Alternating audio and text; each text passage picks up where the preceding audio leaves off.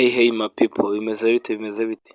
Umuhungu wanyu ufite handi ugarutse nyine ubereka utuntu twose twagufasha nyine fone yawe kuba yakora neza, kuba wamenyaho utuntu muri telefone no kuba wamenya gukoresha interineti neza.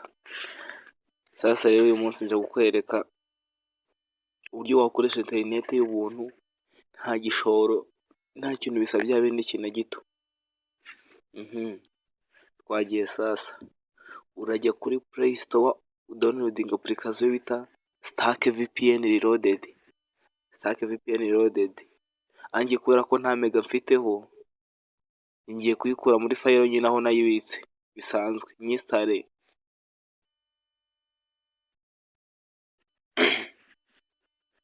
Dore ngiyi hano bayita Stark, nuko ni kuri bwandike muri Play Store Stark VPN Reloaded.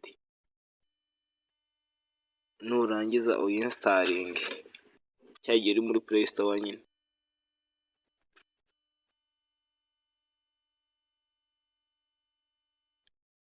Utegereze ko yinstallinga. Yashoje, ubu twayifungura noneho.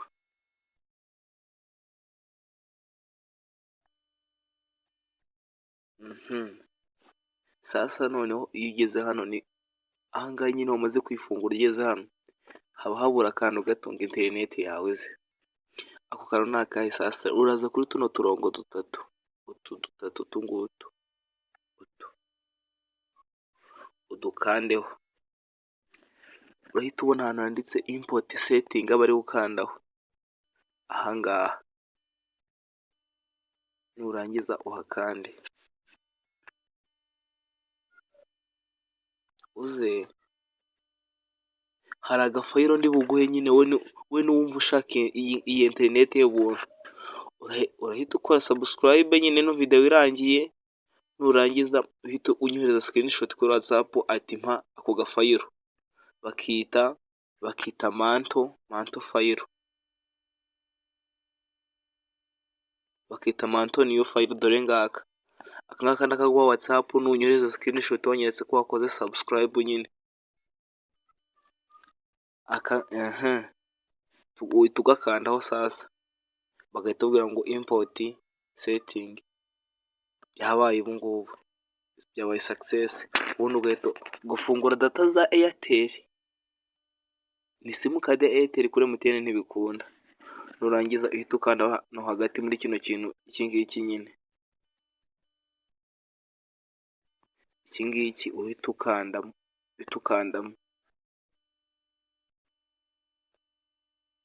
ukande kuri OK. Ubundi utegereze, uratangira kwizamura.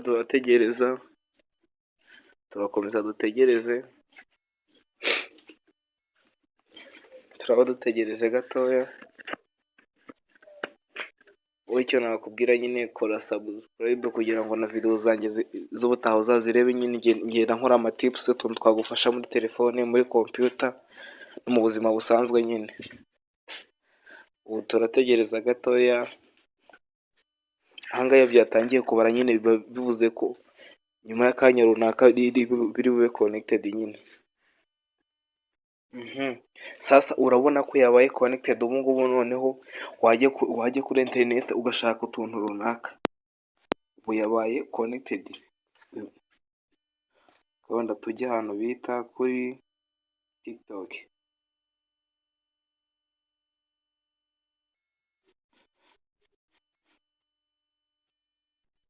Kuri TikTok urabona ko ibintu biza nyine. Reka tujye no kuri Chrome, twandikemo wenda left tech.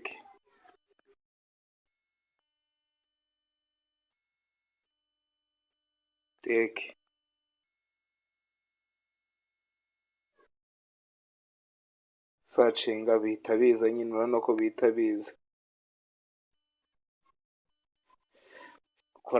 Ubundi kora subscribe, nurangiza unyandikire